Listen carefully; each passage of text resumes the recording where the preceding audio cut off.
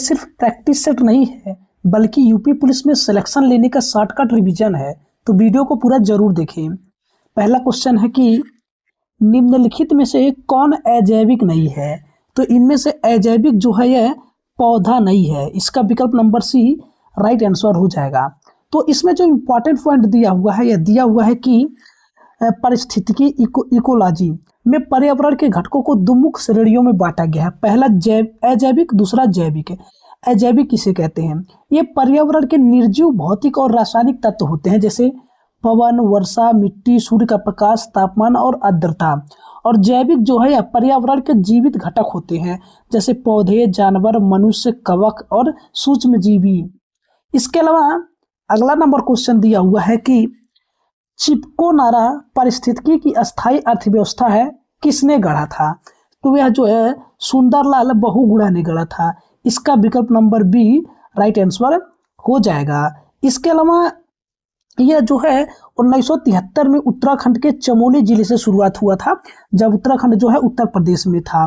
इसके अलावा इसके प्रमुख नेता कौन थे? सुंदरलाल बहुगुणा गांधीवादी थे, और चंडी प्रसाद भट्ट और गौरा देवी रेड्डी गांव की महिला नेता थी, ये गौरा देवी। इसके अलावा अगला क्वेश्चन दिया हुआ है कि निम्नलिखित में से कौन सा विश्व का सर्वोच्च पर्यावरण संरक्षण पुरस्कार है? तो विश्व का सर्वोच्च पर्यावरण संरक्षण पुरस्कार जो है गोल्डन पांडा पुरस्कार है, इसलिए इसका विकल्प नंबर बी जो है राइट आंसर हो जाएगा। और यह गोल्डन पांडा पुरस्कार जो है पर्यावरण का ऑस्कर कहा जाता है, और यह world wide fund for nature WWF द्वारा वन्यजीव संरक्षण और पर्यावरण संरक्षण में उत्कृष्ट योगदान के लिए दिया जाता है। इसके अलावा अगला क्वेश्चन दिया हुआ है कि रामसर कन्वेंशन के अनुसार निम्नलिखित में से कौन सा विश्व आर्द्रभूमि दिवस है? तो यह जो है 2 फरवरी है। कौन सा है? 2 फरवरी। इसका विकल्प नंबर डी जो है राइट आंसर हो जाएगा। और इसमें जो इम्पोर्टेंट पॉइंट दिया हुआ है कि विश्व वानिकी दिवस और अंतर्राष्ट्रीय वन दिवस जो है 31 मार्च को मनाया जाता है। इसके अलावा विश्व जल संरक्षण दिवस 22 मार्च को मनाया जाता है, और विश्व पृथ्वी दिवस जो है 22 अप्रैल को मनाया जाता है। इसके अलावा अंतर्राष्ट्रीय जैव विविधता दिवस जो है 22 मई को मनाया जाता है, और विश्व पर्यावरण दिवस 5 जून को मनाया जाता है। इसके अलावा विश्व महासागर दिवस जो है 8 जून को मनाया जाता है। इसके अलावा दोस्तों अगर आप भी यूपी पुलिस की तैयारी कर रहे हैं तो इस वीडियो को लाइक जरूर करें। कह रहे कि बांधवगढ़ राष्ट्रीय उद्यान किस राज्य में है? तो बांधवगढ़ राष्ट्रीय उद्यान जो है यह मध्य प्रदेश राज्य में है, इसलिए इसका विकल्प नंबर बी जो है राइट आंसर हो जाएगा। और कह रहा है कि मध्य प्रदेश के अन्य राष्ट्रीय उद्यान कौन कौन से हैं? तो राष्ट्रीय कान्हा राष्ट्रीय उद्यान है, बांधवगढ़ राष्ट्रीय उद्यान है, पेंच राष्ट्रीय उद्यान है, और सतपुड़ा राष्ट्रीय उद्यान है, पन्ना राष्ट्रीय उद्यान है, और कुनो राष्ट्रीय उद्यान। ये सब जो राष्ट्रीय उद्यान है ये कहाँ के हैं? ये मध्य प्रदेश के हैं, मध्य प्रदेश के। इसके अलावा अगला क्वेश्चन कह रहा है कि निम्नलिखित में से कौन सा बायोस्फीयर रिजर्व भारत सरकार द्वारा पहले स्थापित किया गया था? तो यह जो नीलगिरी बायोस्फीयर रिजर्व है, इसलिए इसका विकल्प नंबर डी राइट आंसर हो जाएगा। और यह 1986 में स्थापित किया गया था, और अब तक कुल अभी तक जो है 18 बायोस्फीयर रिजर्व हैं। इसके अलावा इसमें जो इम्पोर्टेंट पॉइंट दिया हुआ है कि तमिलनाडु, केरल और कर्नाटक के संगम पर स्थित है बायोस्फीयर रिजर्व। इसके अलावा नंदा देवी जो है 1988 का है, उत्तराखंड में स्थित है, और नोकरेक जो है ये भी 1928 का है, मेघालय में स्थित है, और मन्नार की खाड़ी वन्यजीव अभ्यारण्य जो है 1989 का है, जो कि तमिलनाडु में स्थित है, और ये मन्नार की खाड़ी जो है पहला समुद्री वन्यजीव अभ्यारण्य है, बायोस्फीयर रिजर्व है। और सुंदरबन जो है 1989 का है, पश्चिम बंगाल में है, और मानस बायोस्फीयर रिजर्व जो है अभी 1989 का है, असम में स्थित है, और सिमलीपाल ये कहाँ का है? या उड़ीसा का है, और 1994 में बना हुआ था। इसके अलावा अगला क्वेश्चन क्या कह रहा है? कह रहा है कि निम्नलिखित में से क्या ओडिशा में स्थित नहीं है? तो ओडिशा में जो है सोनितपुर हाथी रिजर्व जो है ओडिशा में स्थित नहीं है, इसका विकल्प नंबर सी राइट आंसर हो जाएगा। इसके अलावा इसमें जो इम्पोर्टेंट पॉइंट दिया हुआ है कि श्री बिल्लू पुथूर, अन्नामलाई, कोयम्बटूर और सत्यमंगलम जो है कहाँ का है? तमिलनाडु का है।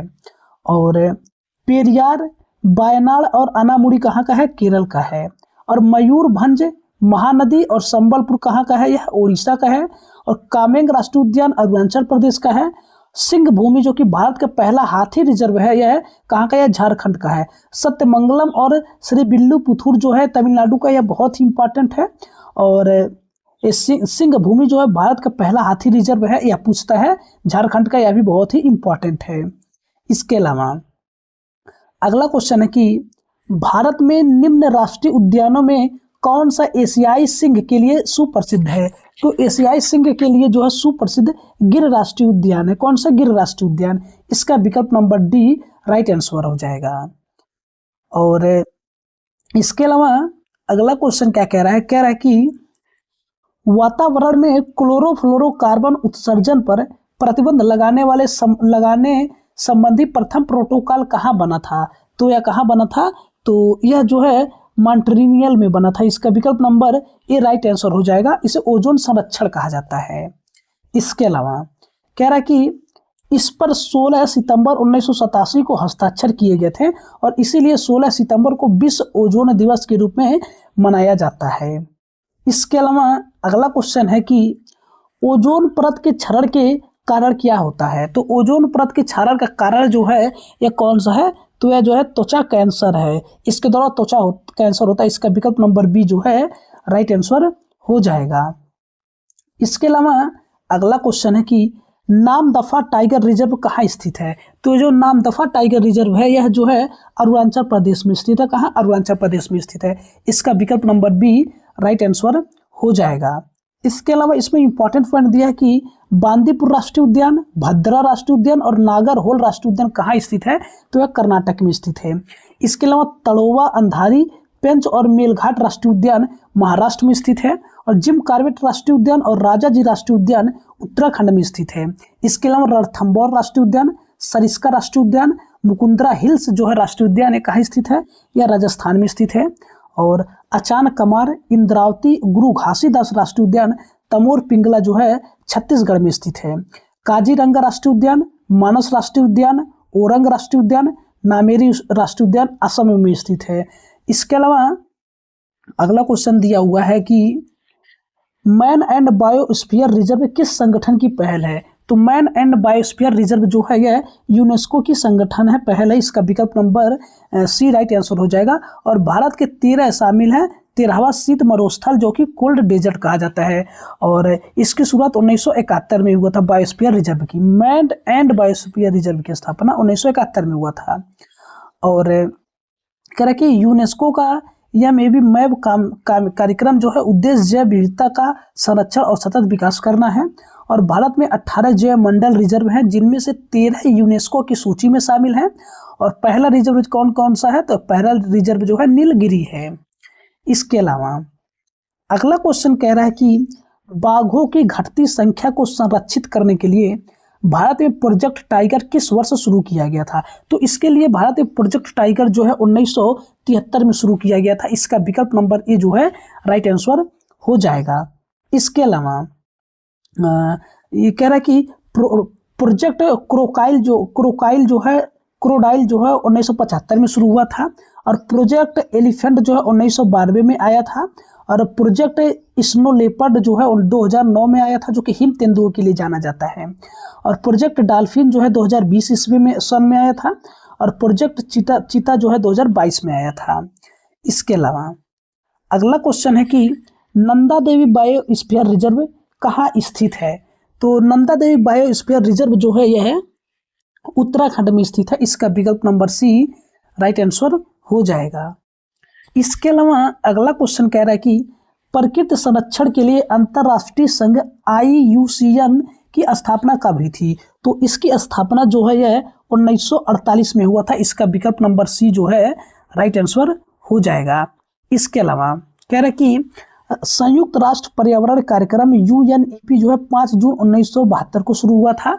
और वर्ल्ड बिल्ड फायर फंड यानी कि WWF जो है 29 अप्रैल 1961 को शुरू हुआ था, जो कि बहुत ही इंपॉर्टेंट है। इसके अलावा अगला क्वेश्चन है कि ऑस्कर पुरस्कार 2026 में सर्वश्रेष्ठ फिल्म का अवार्ड किसे मिला है? तो ऑस्कर पुरस्कार 2026 में सर्वश्रेष्ठ फिल्म का अवार्ड जो है यह वन बैटल आफ्टर अनदर को मिला है। इसका विकल्प नंबर ए राइट आंसर हो जाएगा। और यह 2026 का ऑस्कर जो है यह 98वां संस्करण था। इसके अलावा इसमें जो इम्पोर्टेंट पॉइंट है कि कुल 6 ऑस्कर जीतकर सबसे ज्यादा पुरस्कार पाने वाली फिल्म का दर्जा हासिल किया है, वन बैटल आफ्टर अनदर। और सर्वश्रेष्ठ अभिनेत्री इसमें जो है जेसी बकले थी और सर्वश्रेष्ठ अभिनेता जो है माइकल बी जॉर्डन थे। इसके अलावा अगला क्वेश्चन कह रहा है कि किस कन्नड़ लेखिका ने अंतरराष्ट्रीय बुकर पुरस्कार 2025 जीता है? तो यह जो है बानू मुश्ताक ने जीता है। इसका विकल्प नंबर सी राइट आंसर हो जाएगा। इसके अलावा अगला क्वेश्चन क्या कह रहा है? कह रहा है कि गणतंत्र दिवस 2026 परेड में किस राज्य की झांकी को प्रथम पुरस्कार मिला है? तो गणतंत्र दिवस 2026 परेड में जो है यह महाराष्ट्र की झांकी को प्रथम पुरस्कार मिला है। इसका विकल्प नंबर ए राइट आंसर हो जाएगा। इसके अलावा इसमें जो इम्पोर्टेंट पॉइंट है कि झांकी की थीम जो है गणेश उत्सव थी, जो कि आत्मनिर्भरता का प्रतीक है। और गणतंत्र दिवस 2026 के मुख्य अतिथि कौन थे? तो उर्सुला बान डेर लेन थे, जो कि एंटिनो कोस्टा थे। ये दोनों लोग थे। इसके अलावा अगला क्वेश्चन है कि 2026 के प्रतिष्ठित संगीत कला निधि पुरस्कार के लिए किसे चुना गया है? तो यह जो है जयंती कुमार रेस को चुना गया है। इसका विकल्प नंबर ए राइट आंसर हो जाएगा। इसके अलावा अगला इसमें इंपॉर्टेंट पॉइंट है कि इसमें प्राप्तकर्ता जो है डॉक्टर जयंती कुमारेस है, जो कि बीड़ा वादक हैं। और इसकी संस्था जो मद्रास संगीत अकादमी है, जो कि चेन्नई की है। और सम्मेलन जो 100वां वार्षिक सम्मेलन दिसंबर 2026 और जनवरी 2027 में हुआ है। और इसकी विशेषता है कि यह 34 वर्षों में यह पुरस्कार पाने वाली पहली बीड़ा वादक बनी है, डॉक्टर जयंती कुमारेस।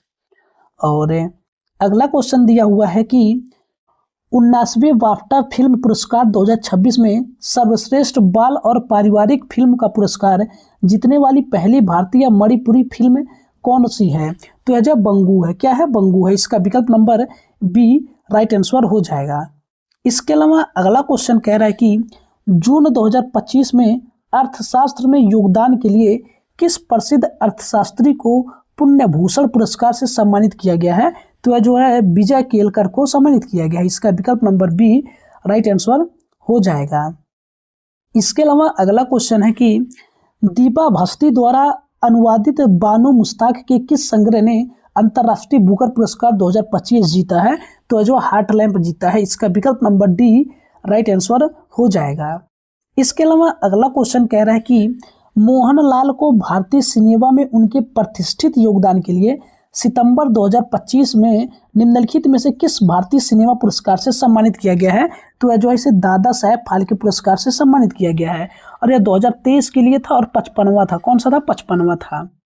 इसके अलावा दोस्तों अगर आपको वीडियो अच्छा लग रहा है तो आप लोग वीडियो को लाइक करें और अपने दोस्तों के पास शेयर करें। कह रहा कि निम्नलिखित में से किस शासक ने प्राचीन भारत में दक्कन में सातवाहन साम्राज्य को मजबूत किया?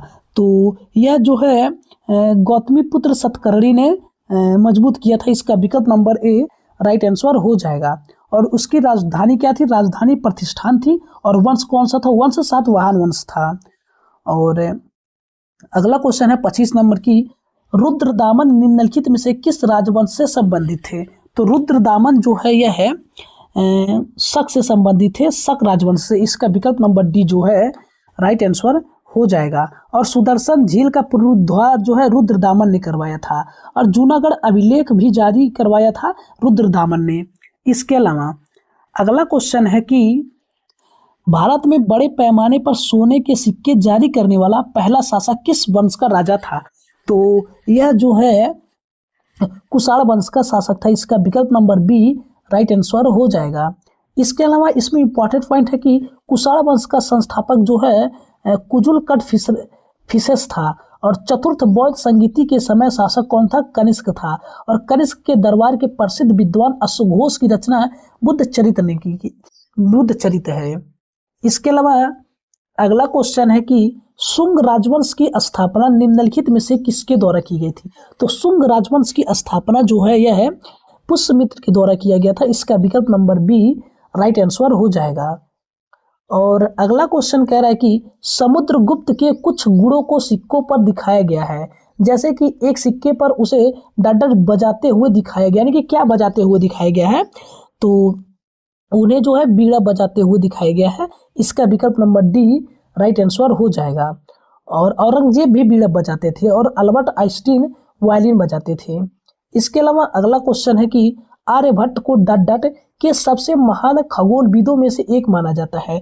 तो आर्यभट्ट को जो है गुप्त काल के सबसे महान खगोलविदों में से एक माना जाता है। इसका विकल्प नंबर ए राइट आंसर हो जाएगा। और काल इसके अलावा अगला क्वेश्चन कह रहा है कि चंद्रगुप्त द्वितीय ने अपनी पुत्री का विवाह निम्नलिखित में से किस वंश में कराया था। तो चंद्रगुप्त द्वितीय ने अपनी पुत्री का विवाह जो है यह वाकाटक वंश में करवाया था। इसका विकल्प नंबर डी राइट आंसर हो जाएगा। इसके अलावा अगला क्वेश्चन क्या कह रहा है, कह रहा है कि प्रसिद्ध चीनी बौद्ध तीर्थयात्री फाहियान निम्नलिखित में से किस गुप्त शासक के शासनकाल में भारत आया था। तो यह जो है चंद्रगुप्त के शासनकाल में भारत आया था, इसलिए इसका विकल्प नंबर ए राइट आंसर हो जाएगा। इसके अलावा जो है फाहियान जो है 399 ईसा पूर्व में आया था। और प्राचीन चीनी बौद्ध यात्री फाहियान जो है चंद्रगुप्त द्वितीय यानी कि चंद्रगुप्त विक्रमादित्य के शासनकाल में आए थे। इसके अलावा अगला क्वेश्चन है कि नालंदा विश्वविद्यालय डट डट में बनाया गया था। तो नालंदा विश्वविद्यालय जो है मगध में बनाया गया था। इसका विकल्प नंबर डी राइट आंसर हो जाएगा। और नालंदा विश्वविद्यालय जो है बिहार का है और यह कुमारगुप्त प्रथम के द्वारा बनाया गया था। और विक्रमशिला विश्वविद्यालय बिहार में है, यह धर्मपाल के द्वारा बनाया गया था। और ओदंतपुरी विश्वविद्यालय जो कि बिहार में है, यह गोपाल प्रथम के द्वारा बनाया गया था। इसके अलावा अगला क्वेश्चन दिया हुआ है कि निम्नलिखित में से बौद्ध भिक्षुओं में से कौन चंद्रगुप्त द्वितीय के शासनकाल के दौरान चीन से भारत आया था। तो यह जो है फाहियान था। इसका विकल्प नंबर डी राइट आंसर हो जाएगा। इसके अलावा अगला क्वेश्चन कह रहा है कि जीएनपी का क्या अर्थ है। तो जीएनपी का grass national product full form होता है। इसका विकल्प नंबर सी राइट आंसर हो जाएगा। और एनडीपी का फुल फॉर्म जो नेट डोमेस्टिक प्रोडक्ट होता है। और एनएनपी का full form net national product होता है। और जीएनआई का ग्रास नेशनल इनकम होता है। इसके अलावा अगला क्वेश्चन है कि सेबी की स्थापना निम्नलिखित में से किस वर्ष में की गई थी। तो सेबी की स्थापना जो है 1992 में की गई थी। और सेबी को 1988 में स्थापना हुई थी। और 1992 में वैधानिक दर्जा दिया गया था। इसके अलावा कह रहा है कि अगला क्वेश्चन है कि मुद्रास्फीति क्या है।